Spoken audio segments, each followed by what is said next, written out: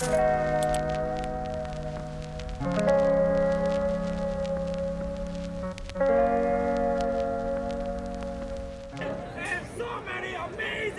I can't believe this trip almost didn't happen, but here I am! I went to one of the biggest animation meetups in the world, Lightbox Expo in Pasadena, California, where some of your most popular artists and people who made your favorite video games, animations, film, you name it, come together and celebrate the craft. And I'm taking you with me to the best of my iPhone camera's ability. So yeah, I traveled over 2,000 miles from my home and spent way too much of my money to go to a niche event that happens once every year in a specific part of the country. But why would I do this, and why would I do it again?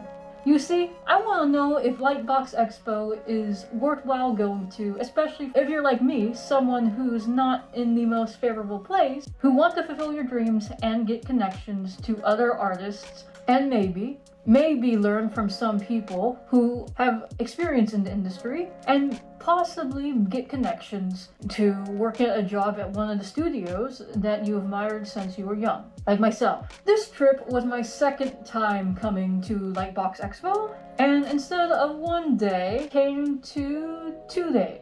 Yeah, it's not much, but it's what I could afford, and I've been around here once before, so I kind of know the general feel of how the place is, and I had a really good time last time. So I came back to see with a little bit more time on my hands to see if I can get the same experience or better, or will this just be a pricey mini vacation where I brings a good amount of art souvenirs and merchandise back home. But before you begin, speaking of merchandise, I did win a giveaway on this trip from Sony Pictures Animation, and it deals with K-pop Demon Hunters, but I'll reveal that at the end of the video, so stick around for that. So let's back it up and come along with me to Lightbox Expo. Getting to the expo was relatively simple, and by simple I mean trying to get everything together the night before and hightailing it out of there to the airport on Friday on little than 2 hours of sleep.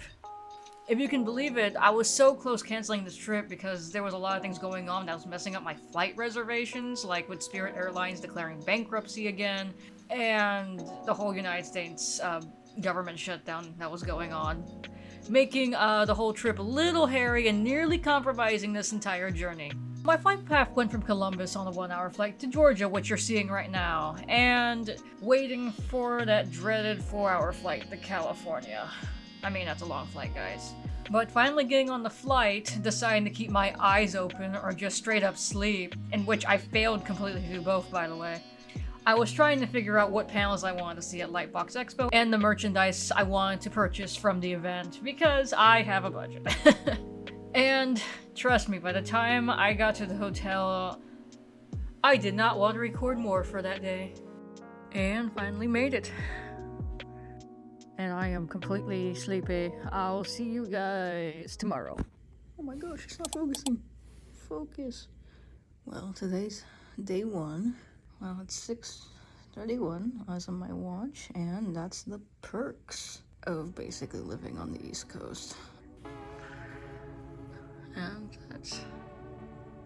And that's the view on the first floor, but I am not opening the window, obviously. And it's pitch dark, as expected. And if you're thinking I was going back to sleep that day, no. Actually, I couldn't. Saturdays for Lightbox Expo, and let me tell you, they are very packed, like extremely packed to the point that there is no tickets left and it sells out. So I had to get there early. My purpose for today was basically just kind of scouting things out, and enjoying myself for a bit, knowing who to talk to, finding people who want to be talked to. The doors opened around 10 a.m. for the exhibition hall, and I was there a bit earlier. I think I waited around 15 to 20 minutes before the front doors opened, and the line to get inside, okay, not the line just for the tickets, that's a separate line on its own, is like really, really long. The place had a great energetic vibe to it even when I stood in line, and not a moment after, are you ready for a big day of animation and so many amazing artists in it? Just give him a medal. He totally hyped things up there, and the atmosphere grew 5 more times more positive. The line began to move, and I definitely left there smiling. Inside was unsurprisingly very packed, making it really hard to get around. I wandered around a bit, taking a quick look at everything in the exhibit hall, but I only had an hour to do so as my first and only panel that day I wanted to go to started at 12 p.m. Throughout this trip, I made sure to go at least to one panel per day, and this panel was called Job Hunting is Marketing, How Creative Candidates Stand Out by Andy Creates. I sat down, and in that panel, she explained her personal journey in the industry and tied that with her knowledge in marketing and business to use that how to apply to portfolios, resumes, and the like. I definitely learned a lot from her panel, but what I learned the most was to use outbound marketing when it comes to showing others what you can do, or basically TLDR, reach out a bit more. And that's what I did. I returned back to the exhibit hall to scout and explore again and went back to the right side of the hall where companies usually were stationed, and I noticed that the bigger studios had massively longer lines, not different at all from the last year, while the other smaller indie studios didn't have as long of lines, if any. I decided to stand back and observe how the larger studios did for today, and came by this QR code for a K-pop Demon Hunter giveaway. I didn't expect to win, really wasn't expecting it, and then I get this text message. Check out later in the video what that is. I attempted to talk to the smaller studios around there. I did talk to all 4 of them, and though 3 of them seemed open to be hiring or taking my information, the 4th one wasn't really hiring, but taking volunteers only for their animation project. Unfortunately, I wasn't too interested in that last one. That took some time, and to end off the day, I returned to the Artist Alley side, where there was freebie. I got a lot. And going around the artist there, I was thinking about the merch while looking at the merch and eventually grabbing some merch, thinking about that while talking to some of the artists there. But the last thing I did that day was sitting at the Procreate Theater, I think that was called, to find the artwork that I submitted and got accepted by Procreate for their slideshow for other people to see. I was doubtful I was going to find it because there were so many submissions, and then it came up. I was so happy to see that.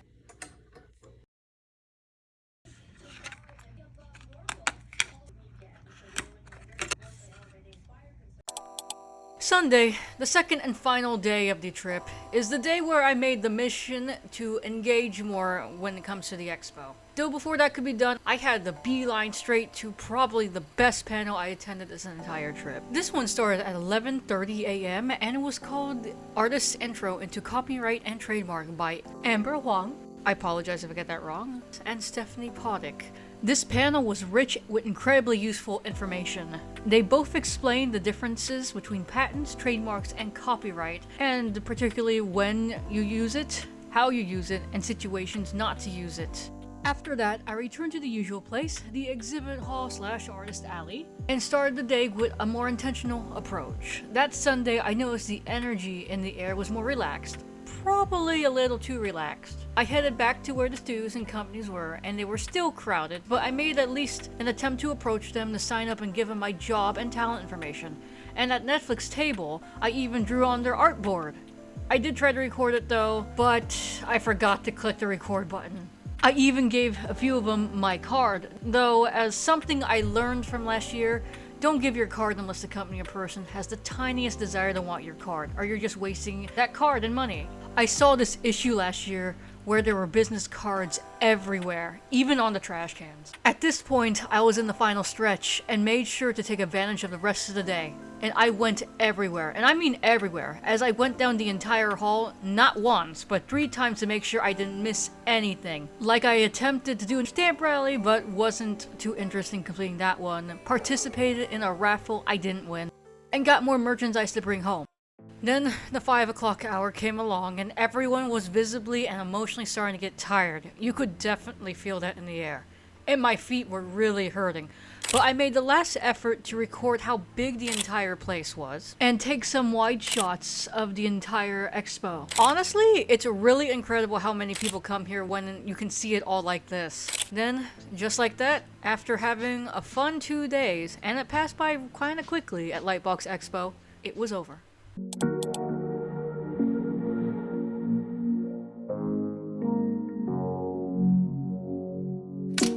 Alright, I'm back home. But before we get into what I won at Sony Pictures Animation and the haul I got from Lightbox Expo, was Lightbox Expo worthwhile going to for so far away? And is it for you? I'd say that depends. So throughout this entire trip, I talked to a lot of amazing people, such like those that are attending, the artists there, and those working at the booths. However, the conversations I made didn't take off into anything meaningful. Honestly, it could have been me, the people, or whatever, maybe just the atmosphere. I'm pretty good at knowing when to engage and to not engage in a conversation when it comes to networking and talking to other people, but it seemed like nothing really just came up to anything for some reason. Then again, let's consider it. I only went 2 days to the expo and not the full 3 days that Lightbox Expo had to offer, which was Friday, Saturday, Sunday, and the day before where there was some meetup around the area in Pasadena on Thursday. If I had went those 4 entire days, there would be more likely an opportunity to make at least a connection because you're able to know somebody better in 4 days instead of 2. And honestly, this made me realize connections in general, no matter how long you stay, is just based on luck. If you're considering going from such a far place like me, I'd suggest a minimum of days being Friday or Saturday, because Sunday felt really too relaxed. The atmosphere was kind of like people were just tired and just wanted to go home. When it comes to jobs though, Lightbox Expo was great for increasing your opportunity to talk to recruiters and to give your information to studios. But you have to realize, as you have seen, how many people were there, and it's very competitive. It's kind of a needle in a haystack to actually get your foot in the door. But I honestly took advantage of everything Lightbox Expo had to offer as best as I could, except for the portfolio reviews. But like the Lightbox Expo database, which is available only to people who bought a ticket and are able to put their artist information for recruiters. I applied to any of the applications that were over there at the expo and even after the expo. But in my case, I never received anything back from these companies after I did all this. Again, could be me or just whatever. That may be completely different for you though. My advice to you, I wouldn't expect to get any job responses or anything from this expo. Final note is that if this is your first time, or if you're nearby, not looking for jobs or just want to make connections, go for it. It's probably to your best benefit. Otherwise, it's up to your discretion, and I would consider taking some time and consideration before coming so far away to Lightbox Expo. So this is the haul. We'll start with the Lightbox Expo exclusive items. So these 3 are their mascots. You got Ara, Gigi, and Bebe. Really like these 3 because, I mean, they're just based off of crystals and they're just very cute. Got the Lightbox Expo pins that were exclusive for this year. I mean, they change them out like every year from at least the last times I've been there. So you have these. I do like the translucency on these pins. Kind of gives that gemstone vibe too as well. And then finally, this washi tape of the mascot. I did pick up some of these markers. I haven't heard this brand before, but I picked these up. They're called Olo markers. They're supposed to be kind of better than Copics or like any of your typical alcohol marker, and you can put like 2 markers in one, but they seem very good, at least with the demos that they had. I got this Olo sketchbook as well. They were actually giving out for free because it seemed like there was damage on a few of them, and the lady at the register said I could have it despite it having damage. It looks like water damage, so if anything, I will probably put some bleach on this. And honestly, if you look inside the pages, they're pretty good. I'll move on to the exhibitors or the artists. I just kind of picked out what really just caught my eye. This first one was part of a stamp rally, but I didn't really finish through it. I wasn't too interested in the other items, but I was really interested in this one. And this one's by Rebecca Shea, I should say. It's like a 3D effect almost, like the plants and the cats are kind of like sticking out, and then there's the birds in the back with the window. So it's really cool, and it's a magnet. This other one was actually, I was kind of eyeing a bit. It's a Deoxys pin, Deoxys Attack Form pin by Dune Sand, and he's shown up there last year, and I saw him again this year. And I was eyeing actually this on Etsy, and I'm like, just drop my money and take it, because I really like his style, but it's like I only could like pick one. Unfortunately for this one, I cannot tell you who I got it from, and it was only just $5 for each, which is really a good price for any like expo or Comic-Con that deals with like art alleys. And I did this pickup from Dear Cat and Friends. I really loved her panel and I just decided to pick something up. In hindsight, I wish I kind of got the magnet instead, but I got the washi tape. And she also had like these cute little bags, which I saw roaming around the convention. The final one deals with Inkwell. He actually put this in a very beautiful envelope for his prints. And this part right here is actually shiny. You can see it's very shiny. And it feels really soft too on the hands. So it's really good quality. We'll finish off with the indie studios, the big animation studios, and some other trinkets I got from companies that were trying to sell their products over there. So this one is Procreate. Procreate the app, by the way. Don't think too hard on that one. This one, Make Your Mark.